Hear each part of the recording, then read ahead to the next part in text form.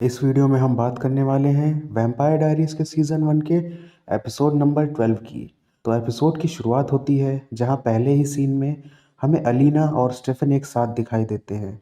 Alina Stephen से कहती है कि शायद जिस आदमी से उसकी कार हिट हुई थी वो एक वैम्पायर था। ये सुन के स्टेफन थोड़ा सा डर जाता है। वो अलीना को कुछ वेरेबल्स देता है जिसमें ब्रुएन होती है। साथ ही वो अलीना को कुछ ब्रुएन खाने के लिए भी देता है और उससे कहता है कि तुम ये खुद और पूरी फैमिली को दो, जिससे सभी लोग प्रोटेक्टेड रह सकें। इसके बाद अलीना अपने घर वापस आ जाती है, जहां हम देखते हैं जेरमी ऑनलाइन पिज़्ज़ा ऑर्डर करता है। पिज़्ज़ा डिलीवरी बॉय डिलीवरी के लिए आता है और वहीं जेरमी उसे अंदर इनवाइट कर लेता है और पिज़्ज़ा की डिलीवरी ले लेता है। वहीं अलीना उसकी पेमेंट कर देती है और वो वहां से चला जाता है।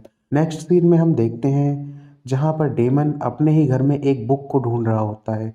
डेमन थोड़ा सा परेशान दिखता है, तभी उसके पास स्टेफन जाता है। स्टेफन उससे जाकर कहता है कि वो टूम खोलने में उसकी मदद करेगा, लेकिन डेमन ये बात सुनकर थोड़ा सरप्राइज्ड होता है और उससे कहता है कि तुम मेरे ऊपर इतने मेहरबान क्यों हो रहे हो। स्टेफन डेमन से बोलता है कि मैं तुम्हें इस शहर से बाहर भेजना चाहता हूँ और उसके लिए अगर मुझे डोम का दरवाज़ा ही क्यों ना खोलना पड़े, मैं वो करूँगा। स्टेफन अपने रूम में जाता है और वहाँ जाकर स्टेफन अपने डैड की जर्नल निकाल कर डेमन को देता है। वो डेमन से कहता है कि तुम्हें ये पढ़नी चाहिए और शायद इससे तुम्हारी कुछ हेल्प हो सके। वहीं स्टेफन डेमन से कहता है कि मैं कैथरीन को निकालने में तुम्हारी हेल्प करूँगा, लेकिन मैं डूम के अंदर के 27 वैम्पायर्स में से सिर्फ कैथरीन को निकालूंगा और बाकी 26 वैम्पायर्स को अंदर ही रहने दूंगा। डेमन उसकी शर्त को मान जाता है और तैयार हो जाता है। वहीं दूसरी तरफ हमें दिखता है जेरेमी अपनी हिस्ट्री क्लास में होता है, जहाँ सभी को उनके प्रोजेक्ट के ग्रेड्स पता चलते हैं। जेरेमी को ए ग्रेड मिला होता है, जिससे जेरेमी काफ़ी ज़्यादा खुश होता है। वहीं उसके प्रोफेसर एलैरिक जेरेमी से उनकी गिलबर्ट जर्नल को कुछ दिनों के लिए पढ़ने को मांगते हैं। जेरेमी बहुत ज़्यादा खुश था अपने ग्रेड्स को लेकर, जिसकी वजह से उसने वो जर्नल बड़ी ही आसानी से एलारिक को दे दिया। वहीं दूसरी तरफ हम देखते हैं अलीना कैरोलाइन को एक ब्रुवेन नेकलेस देती है ताकि वो सेफ रहे। और फिर अलीना बानी के घर चली जाती है। बानी के घर जाकर वो बानी को बताती है कि उसके पेरेंट्स ने उसे अडॉप्ट किया था और वो उनकी असली बेटी नहीं थी। और एलिना काफ़ी दुखी होती है। ये देखकर बानी एलिना को समझाने की कोशिश करती है कि तुम्हारे पेरेंट्स तुम्हें वैसे भी बहुत प्यार करते थे।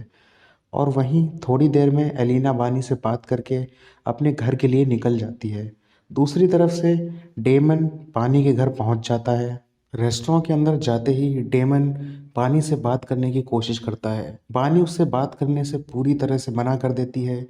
डेमन उसे थोड़ा सा फोर्स करता है, जिस पे बानी उससे कहती है कि उसे जितना हो सके उससे दूर रहना चाहिए। वहीं बानी का एक सीनियर बारटेंडर फ्रेंड वहां आता है, जो कि बानी की थोड़ी हेल्प करता है और बानी उससे इम्प्रेस हो जाती है। वो बाद में बानी से डेट के लिए पूछता है और बानी हाँ कर देती है। वहीं हम देखते हैं अलीना घर के लिए निकल चुकी होती है, तभी उसे उस आदमी का कॉल आता है जो उसका पीछा कर रहा था। इससे अलीना काफ़ी घबरा जाती है और वो सीधे कार में बैठकर वहाँ से बहुत जल्दी चली जाती है। अलीना अपने घर जाने की जगह स्टेफन के घर जाती है। अलीना स्टेफन से मिलती है और उसको सारी सिचुएशंस के बारे में बताती है और सारी चीज़ों के बारे में बताती है जो जो उसके साथ हुई। स्टेफन उससे कहता है कि तुम्हें ये ग्लिबर डिवाइस अपने साथ रखना चाहिए। स्टेफन उसे वैम्पायर डिटेक्टिंग डिवाइस देता है और उससे कहता है कि अगर तुम्हारे आसपास कोई वैम्पायर आएगा तो इस डिवाइस से तुम्हें पता चल जाएगा। वो डिवाइस लेकर अलीना सीधे अपने घर पहुंच जाती है। अलीना अपने घर जाती है और वहां जाकर आंट जेना से पूछती है कि उसके असली पेरेंट्स कौन थे। पहले तो आंट जेना थोड़ा सा हेजिटेट करती है, लेकिन आखिरकार वो अलीना को बताती है कि उसकी माँ एक 16 साल की होमलेस लड़की थी जो कि उनके घर आई थी। वहीं पर उसने अलीना को बर्थ दिया था और कुछ ही दिनों बाद वो वहाँ से गायब हो गई थी।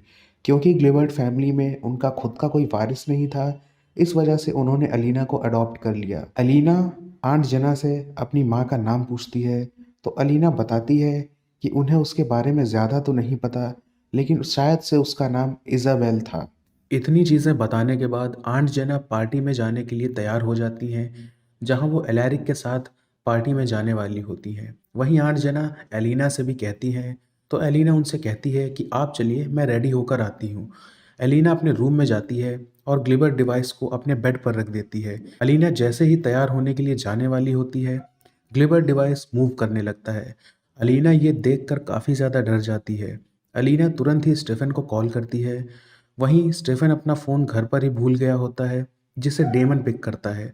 डेमन अलीना से कहता है कि स्टेफन उसके घर के लिए निकल चुका है और शायद से वो पहुंचने भी वाला होगा। अलीना ये सुनकर थोड़ा रिलैक्स फील करती है और उसे लगता है कि ये सिग्नल स्टेफन का है। लेकिन तभी एक वैम्पायर अलीना पर अटैक कर देता है। लेकिन उसी समय स्टेफन भी वहां पहुंच चुका होता है और स्टेफन को देखकर वो वैम्पायर वहां से भाग जाता है। अलीना स्टेफन को बताती है कि शायद से वो डिलीवरी बॉय था, लेकिन वो उसको बताती है कि अलीना ने उसको खुद ब खुद घर पे इनवाइट किया था। वो इस घर में इनवाइटेड है। इस बात को जानकर स्टेफन थोड़ा घबरा जाता है और वहीं वो डेमन को कॉल करके बुलाते हैं ताकि उन्हें कुछ हेल्प मिल सके।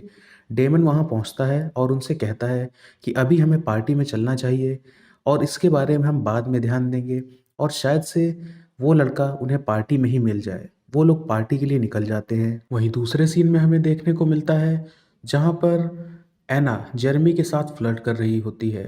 एना जेरमी को काफ़ी फोर्स करती है कि वो उसे उसकी ग्लिबर जर्नल थोड़े दिनों के लिए दे दे, लेकिन वहीं जेरमी उससे कहता है कि वो ऐसा नहीं कर सकता क्योंकि उसने वो जर्नल पहले से ही अपने प्रोफेसर एलैरिक को दे दी है। ये सुनकर एना काफ़ी गुस्से में हो जाती है।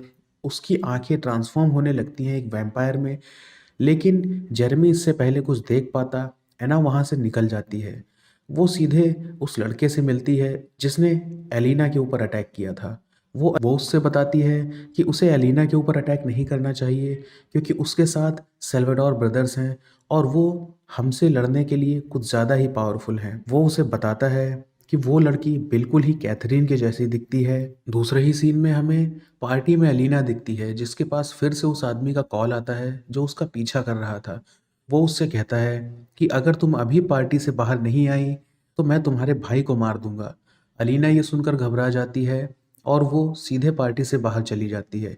वहाँ वो आदमी अलीना से ग्लिबर जर्नल के बारे में पूछता है, लेकिन अलीना कुछ नहीं बोलती।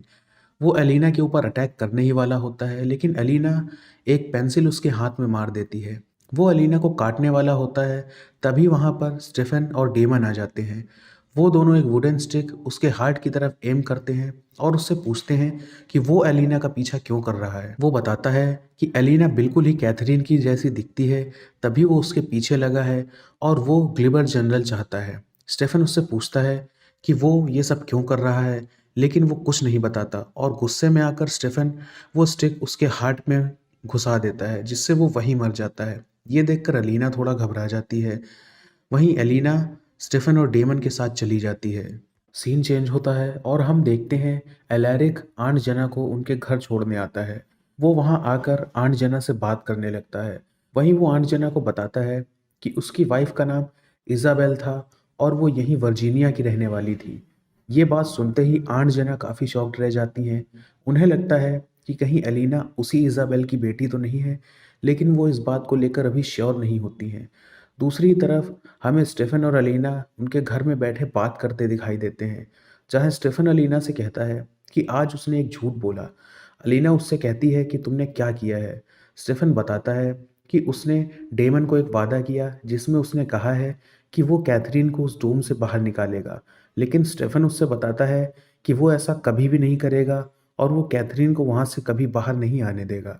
अलीना स्टेफन से बोलती है कि वो इस झूठ में भी स्टेफन का पूरा साथ देगी क्योंकि वो नहीं चाहती कि कैथरीन को बाहर निकालने के चक्कर में और 26 वैम्पायर का सिटी में निकलने का रिस्क लिया जाए, और वो स्टेफन के पूरे साथ रहती है। वहीं दूसरे सीन में हमें दिखता है जहां एना उस बारटेंडर से मिलने जाती है जिसका नाम बेन था, जो बानी के साथ फ्लर्ट कर रहा था, और फिर हमें पता चलता है कि वो सब उनके एक प्लान का हिस्सा था और जिसमें वो बानी को अपने साथ मिलाना चाह रहे थे। एना बेन को किस करती है और इसी के साथ में वो दोनों अपने अपने घर चले जाते हैं और यहीं पे ख़त्म होता है वैम्पायर डायरीज के सीज़न 1 का एपिसोड नंबर 12। अगर आपको ये वीडियो पसंद आया हो तो वीडियो को लाइक करके चैनल को सब्सक्राइब कर देना।